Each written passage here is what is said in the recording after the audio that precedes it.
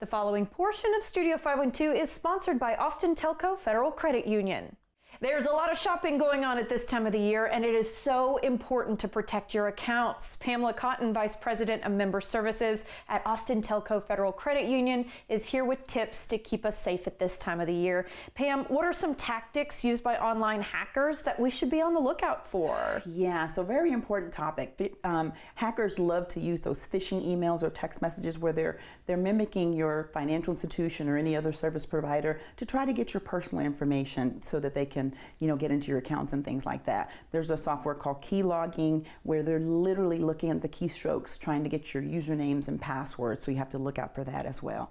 And then man in the middle is public Wi-Fi. So whenever you're using public Wi-Fi, don't log into your financial accounts, things like that, because people can get in there and get that personal information. So you definitely have to be careful with that. I didn't know that. And I told you off camera, I've just recently been the victim of something very similar. And so it's not just older folks who may not be super computer savvy. It happens to all of us. Absolutely. So what are some methods and tools someone should use to secure their account? So the first thing is use very strong passwords. Don't use your birth date, don't use your name, but use something that's going to be very difficult for somebody to guess at, right? A two-factor authentication or multi-factor authentication where if you're logging in, you're going to get a text message giving you a secure access code.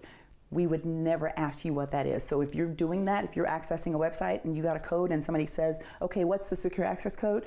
Hang up, run, because that's not what we would do in that case, right? And then monitor your account activity. All right, so what should someone do if they are affected by a cybercrime, if the worst of the worst happens? So, especially around the holiday season, they're playing on your emotions because they know you're out there doing more shopping, things like that. So you just have to be very careful. Like, again, if it's not something you're looking for, don't click on it. And then, in the unlikely event that it does happen to you, document everything that happens. Look at your account to make sure you know what should be there, what should not be there, and then update every single password that you have because you don't know how deep it went, right? How far did they get to your information? So change all of your passwords, again, making really strong ones. And then contact your financial institution immediately so that you can stop them in their tracks. And ATFCU does everything y'all can to help keep your members safe. Yes, one other thing, alerts. Get alerts. So if something comes through, you got an alert, it didn't happen, you know it wasn't you, that's a good way to get in there as well. Mm-hmm. We offer that too. Of course, you offer everything you can to take care of your members. Pam, thank you so much for your time. Thank you, Rosie. To learn more about all of the services Austin Telco Federal Credit Union has to offer, visit atfcu.org. The preceding portion of Studio 512 was sponsored by Austin Telco Federal Credit Union.